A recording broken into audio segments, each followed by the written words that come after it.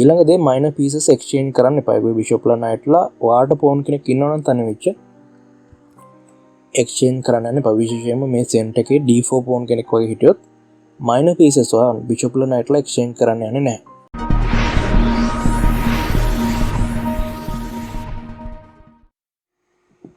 Queen's Gambit accepted ආරම්භක ක්‍රමය අපිට මෙන්න මේ ඇදීම් වලට පස්සේ ලබා ගන්න පුළුවන්.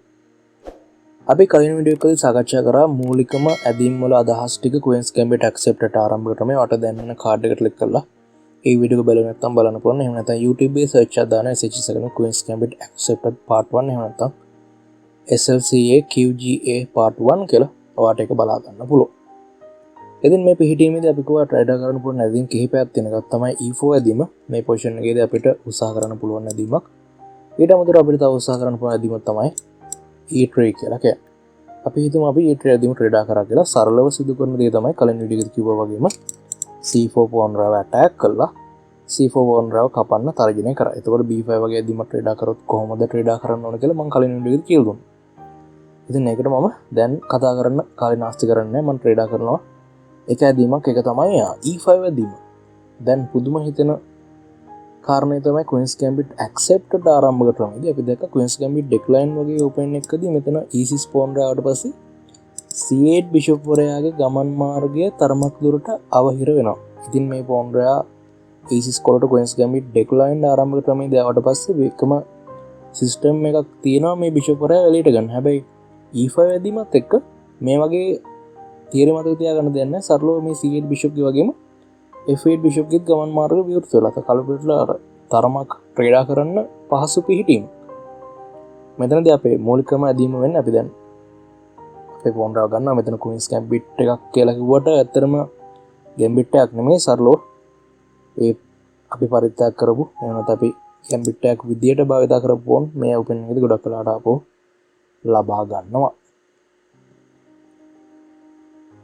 මෙතනදී කලබලට විවිධ ඇදීම් උත්සාහ කරන්න පුළුවන්. Knight C6 ඊට අමතරව අපිට සලකන්න පුළුවන් තව e-card D4 ඇදීම. අපි අද කතා කරමු e-card D4 ඇදීම ගැන. මේ පිහිටීමේදී මොන වගේ ඇදීමක්ද සුදු පිළට උත්සාහ කරන්න පුළුවන්. ඔයාට අදහසක් සමහර විට ඒවි Queen Bishop batter එකක් හදන්න. ඉතින් F7 කොටුව attack කරන්න පුළුවන්.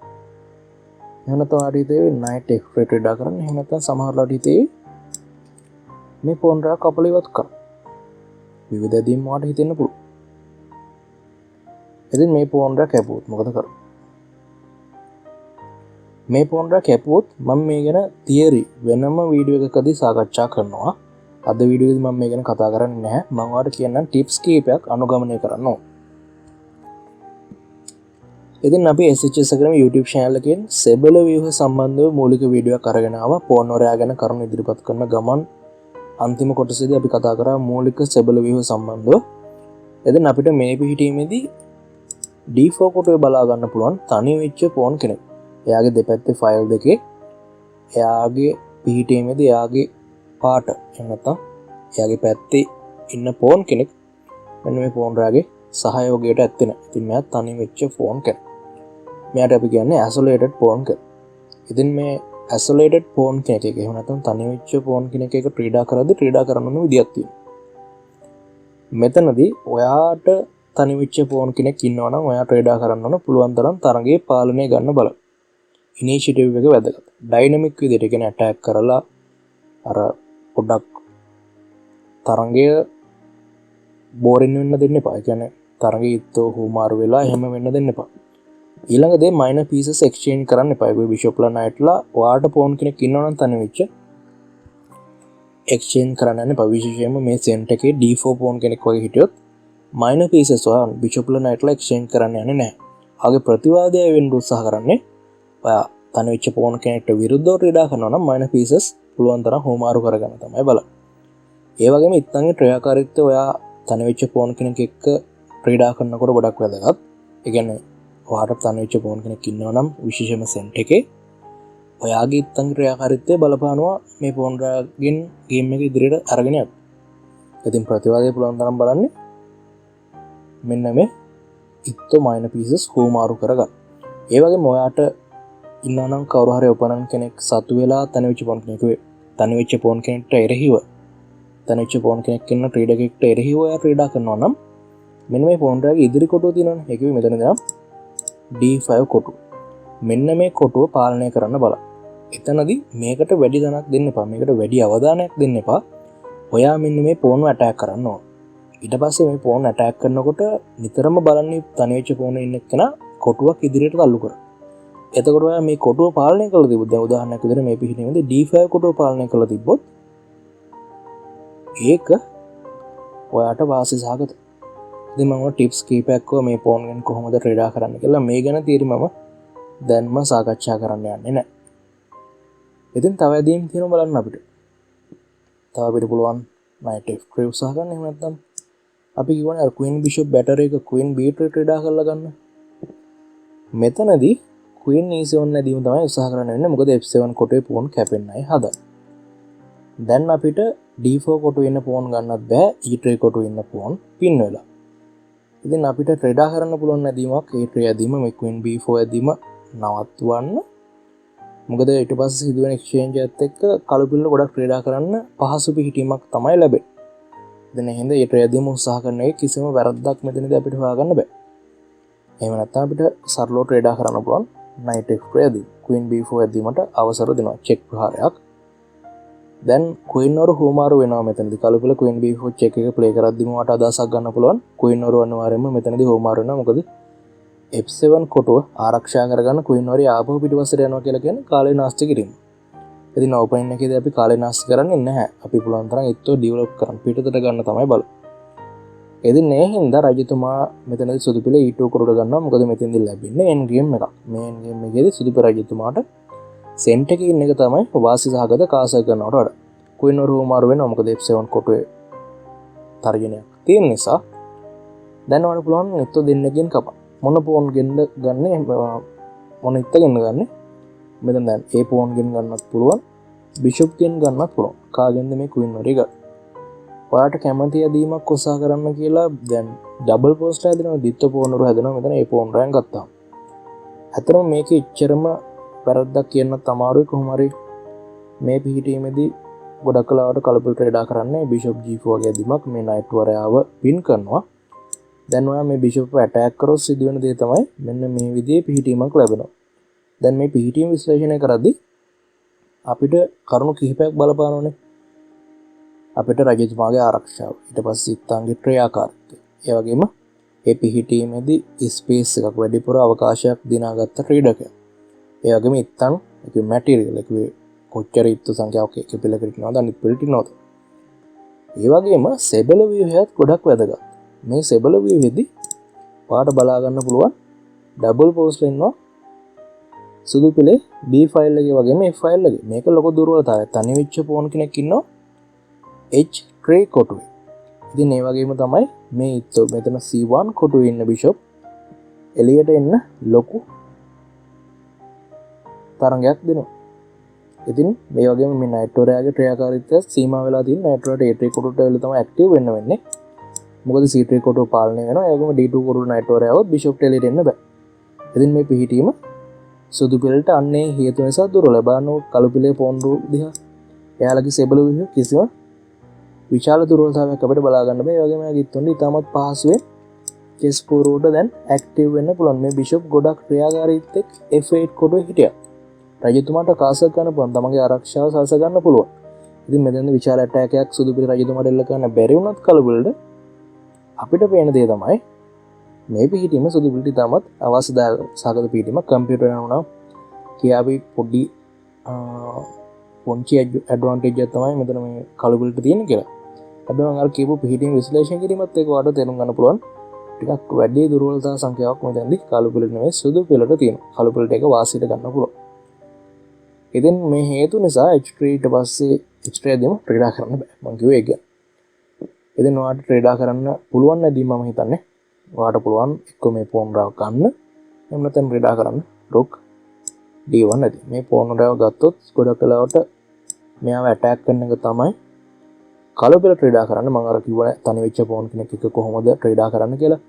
දැන් කාටට ප්‍රශ්නයක් ඇති මෙතන B3 කොටු ඉන්න පෝන් රෑ තනි වෙච්ච පෝන් කෙනෙක්ද කියලා. මොකද එයාගේ දෙපැත්තේ කවුරුවත් පෝන් වරු නැති හින්දා සහයෝගයට. හැබැයි සමහරලාට මොකක් හරි එක්ස්චේන්ජ් එකක් වුණාට පස්සේ මෙතන තනි වෙච්ච පෝන් කෙනෙක් හැදෙන්නේ නැහැ. හැබැයි එයා ඉන්න ෆයිල් එකේවත් තමන්ගේ පිළේ පෝන් කරේක් නැත්නම් ඉතින් ඒකට තවත් ඒ පෝන් රෑ දුර්වලයි. ඉතින් මෙයාව දැන් ඔන්න සුදු පිළේ නයිට් ඇටැක් කරා. සුදු පිළේ නයිට් ඇටැක් කරා. සෝරි සුදු පිළේ නයිට්.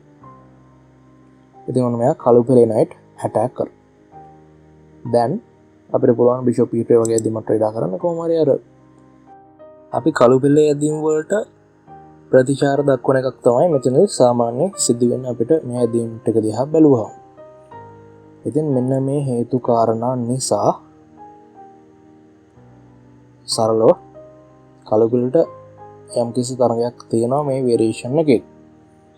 ඉතින් ඒ වගේම තමයි king e2 ඊට පස්සේ queen cut b3. දැන් අපි කතා කරා මේ pawn rank ගත්තාම කොහොමද ට්‍රේඩ් වෙන්නේ කියලා. ඊට පස්සේ බලමු bishop rank ගත්තාම කොහොමද ට්‍රේඩ් වෙන්නේ කියලා. bishop g4 ඊට පස්සේ e cut d4 අපිට ට්‍රේඩ් කරපුවාම pawn ගන්නපුවා knight c6 තන වෙච්ච pawn attack කරනවා. මම knight වරයාගෙන ආරක්ෂාවක් නැහැ මොකද knight වරයා pin වෙලායි. ඉතින් rook d1 pawn රාව ආරක්ෂා කරන්න castle ඔන්න දැන් ඉත්තන් දෙදෙනෙක්ගෙන් මේ තන වෙච්ච pawn රාව attack කරලා දිනවා. bishop e3 pawn රාව ආරක්ෂා කරන්න. ඉතින් knight h6 කළු පිළට තියෙනවා ගොඩක් හොඳ තරගයක් මේ පොසිෂන් එකේදී h3 වගේ දෙමුට පස්සේ මේ knight කිය pin එක අයින් කරන්න පුළුවන්. ඉතින් මෙතනදී රජතුමායන් ගන්න යන්නේ නැහැ. ඉතින් knight f5 වගේ දෙමුට පස්සේ කළු පිළට ඉහළ ක්‍රියාකාරීත්වය සහිත ගොඩක් හොඳ stable wave එකක් තියෙන පිහිටීමක් තියෙන නිසා එයා ඉදිරියෙන් එනවා. ඉතින් වා ගන්න G pawn රාගෙන්. එතකොට තනවිච්ච pawn කෙනෙක් විතරක් තනවිච්ච pawn වල දෙන්නෙක් ඉන්නවා. දිත්ත pawn වල ඉන්නවා. මෙතන F5 එක. එතකොට ඒක තව දුරවතාවයි. ඉතින් knight F5 bishop attack කරන්න. bishop මේ position එකේදී center එක ටිකක් විවෘතයි. එතකොට අර knight වරයෙක්ගෙන් bishop වරයෙක් කපල ඉවත් කරන එක තරමක් වාසි සහගතයි. ඉතින් knight cut d5 ඊට පස්සේ knight a5 knight c3 වගේ දෙමුට මේ pawn රා ආරක්ෂා කරගන්න දැන්. ඉතින් ඔන්න double pawns වල ඉන්නවා b file එකේ වගේම f file එකේ කළු පිළ ටිකක් ඉදිරියෙන් ඉන්නවා. ඉතින් අපි කතා කරේ bishop cut b3 ඇදීම ගැන. ඒකට ඔයාලට ප්‍රශ්නයක් ඇති මොකද්ද ට්‍රේඩ් කරන්න ඕන කියලා. ඒ pawn rank ගැන වරෙන් ගන්න වෙනවා. bishop වරයාගෙන් කපන එකට වඩා ඒ pawn rank ගන්න එක හොඳයි. එතෙන් bishop g4 ඊට පස්සේ අපි ට්‍රේඩ් කරන්නේ මේ පිහිටීමේදී h3 නෙමෙයි ඒවා ට්‍රේඩ් කරන්න ඕන. e cut d4 ඇදීම ඊට පස්සේ knight c6 වලට පස්සේ bishop e3 මේ පිහිටීම කළු පිළට ට්‍රේඩ් කරන්න ලේසි. කළු පිළට දැන් පිහිටීම විශ්ලේෂණය කරලා පස්සේ double moves ලා ඉන්නවා මෙතන. ඊට පස්සේ වන වෙච්ච pawn click කරනවා d file එකේ. කළු පිළට ට්‍රේඩ් කරන්න ලේසි. ඔයා ඉතින් හොමාරු කරන්න යන්න එපා. සුදු පිළ විදියට මේ පිහිටීම ලැබුණාම ගේම් එකේ පුළුවන් තරම් ඉත්තු තියාගන්න බලන්න. කළු පිළට මේ pawn attack කරන්න දෙන්න එපා. විශේෂයෙන්ම මෙයාව පුළුවන් තරම් අර එක කොටුවක් ඉදිරියට තල්ලු කරන්න පුළුවන් ඔප්ෂන් එකක් තියාගන්න බලන්න. rook d1 වගේ ඇදීමක් ට්‍රේඩ් කරලා මෙයාව තල්ලු කරන්න පුළුවන් තරම් උත්සාහ කරන්න. ඉතින් bishop d6 මේ විදිහට ගේම් එක අරගෙන ආවේ කළු පිළ කොහොම හරි මම අර කියපු උපදේශ ටික මේ පිහිටීමේදී පිළිපදින විශ්ලේෂණය කරලා බලන්න කොහොමද ට්‍රේඩ් කරන්න ඕන කියලා. ඒ වගේම මෙතන මේ පින් එක ඉච්චරම අපි කළු පිළ විදියට ඉච්චරම මේ සැලකිල්ලක් දක්වන්නේ නැහැ වගේ පේන්නේ. ඒ වුණාට මේ පින් එක ටිකක් දරුණු පින්න. ඉතින් knight වරයාගෙන් තියෙන ආරක්ෂාව සම්පූර්ණයෙන්ම නැති කරලා තියෙන මේ පින් එකකින්ද. ඒ හින්දා වාට පොඩ්ඩක් අර ඒක ගැනත් හිතන්න වෙනවා. හැබැයි දැම්ම නෙවෙයි. a6 ඊට පස්සේ knight c3 bishop d6 ඊට පස්සේ වගේ. ඉතින් ඔය අදහස් ටික තමයි මට අද වීඩියෝ එකේදී කතා කරන්න ඕනේ. ඔන්න මම බේස් තියරි ටිකක් අරගෙන ආවා. පුංචි බෝනස් එකක් විදියට වීඩියෝ එක අන්තිමේදී මම ඔන්න ට්‍රැප් එකක් අරන් එන්න හදන්නේ. bishop cut c4 ට්‍රේඩ් කරා කියලා හිතමු. e cut d4 then knight f3. මෙතනදී knight f6 ට්‍රේඩ් කරා කියලා හිතමු. මේක සාමාන්‍යයෙන් බැලුමට සාමාන්‍ය ඇදීමක්. හැබැයි අපි ට්‍රේඩ් කරනවා එක ඇදීමක්. ඒක තමයි queen b3 then f7 කොටුව අපි ඉලක්ක කරගෙන මේ පිහිටීමේදී f7 කොටුව ආරක්ෂා කරගන්න queen a7 ට්‍රේඩ් කරා කියලා හිතන්න. දැන් අපි කාසල් කරමු. b5 ට්‍රේඩ් කරන්න වෙනවා. ඇයි මේ b5 ට්‍රේඩ් කරන්නේ? වෙනත් ඇදීමක් නැද්ද? සුදු පිළට මේ පිහිටීමේදී ඇදීම වාරේ හිම වෙලා තිබ්බොත් සුදු පිළට පුළුවන් මෙතන මෙන්න මේ d4 pawn කපලා rook e1 තර්ජනයක් කරා. ඉතින් එතකොට මෙන්න මේ queen වරේ පින් වෙන එක වළක්වන්න තමයි b5 try කරන්නේ. අපි ඊත් අයින් කරවන්න. අපිට පුළුවන් චෙක් එකක් කරලා කරන්න. ඊට පස්සේ C6 වගේ ඇදීමට පස්සේ අපි ආපහු C4 කොටු වෙනවා. දැන් පුළුවන් තරම් මේ ඉත්තු හෝමාරු කරන්න බලන්න. අපි ඒකට අවසර දෙනවා මෙතෙන්දී. දැන් ආපහු queen cut C4 වලට පස්සේ ට්‍රේඩා කරනවා queen D6 ඇදීම. මොකද rook E1 බරපතල පින් එකක්. ඉතින් එහෙනම් queen D6 දැන් චෙක් එකක්. ඊට පස්සේ bishop E7 B tray අපි ට්‍රේඩා කරනවා bishop A3 ගන්න. මෙන්න මේ B tray ඇදී. දැන් knight D5 ඊට පස්සේ bishop A3 ගොඩක් හොම තරගයක් සුදු පොළට තියෙනවා. ඉතින් අද වීඩියෝ එකේදී මම ඔන්න පුංචි ට්‍රැප් එකකුත් අරගෙන ආවා. ඉතින් අර මූලික තියරි කොටස් ටික සාකච්ඡා කරන එක තමයි මට මෙතෙන්දී වැදගත් වෙන්නේ. ඉතින් එක D4 වලට පස්සේ අපි ට්‍රේඩා කරන්නේ සාමාන්‍යයෙන් මේ පොසිෂන් එකේදී එක්ක knight F3 එහෙම නැත්නම් queen B3 ඇදීම ගැන ඔන්න අපි කතා කරා. ඊළඟට දැන් කතා කරන්නේ knight F3 ඇදීම ගැන. මෙතෙන් සාමාන්‍ය ට්‍රේඩා කරන්නේ bishop B4 ඇදීම. මේ ගැන මම ඉදිරි වීඩියෝස් වලදී කතා කරනවා. ඊට අමතරව මෙන්න මේ ඇදීම වැරදි ඇදීමක්. මෙතනදී bishop cut F7 check එක. ඊට පස්සේ අපි දන්නවා bishop ගන්න බෑ කියලා queen අහිමි වෙන හින්දා. එතන හින්දා king A7 තමයි try කරන්න වෙන්නේ. මේ ගැන මම ඉදිරි වීඩියෝස් වල සාකච්ඡා කරනවා. ට්‍රේඩා කරන්න ඕන queen B3. එතෙන් මේ ටික තමයි අද වීඩියෝ එකේ මම කතා කරන්නේ. මම chess අදහස් කීපයක් අරගෙන ආවා. chess tips කීපයක් අරගෙන ආවා. කොහොමද තනිවිච්ච පෝන් කෙනෙක් එක්ක ට්‍රේඩා කරන්න ඕන කියලා. ඉතින් වීඩියෝ එක like කරන්න. ඔයා මේ දේවල් අලුතෙන් ඉගෙන ගත්තා නම් ඒ වගේම ඔයාට පුළුවන් මේ වීඩියෝ එක ඔයාගේ chess යාළුවෙක් එක්ක බෙදා ගන්න, share කරන්න පුළුවන්. ඉතින් ඔයාගේ ප්‍රියතම chess ආරම්භක ක්‍රමය පල්ලෙහා comment section එකේ දැනුම් දෙන්න පුළුවන්. මම හිතනවා මම අද වීඩියෝ එක සාර්ථකව අවසන් කරනවා කියලා. එහෙනම් තවත් වීඩියෝ එකක් හම්බෙමු හෙට රාත්‍රියේ 8ට SHS Academy YouTube channel එකේ ඔන්න chess opening එකක් අපි දෙවෙනි කොටස ඒ opening එක ඉවර කරා. Queen's Gambit accepted ආරම්භක ක්‍රමයේ විශාල අදහස් සංඛ්‍යාවක් එක්ක. සම්පූර්ණ වීඩියෝ එක YouTube එකෙන් බලපුවාට ගොඩක් ස්තුතියි.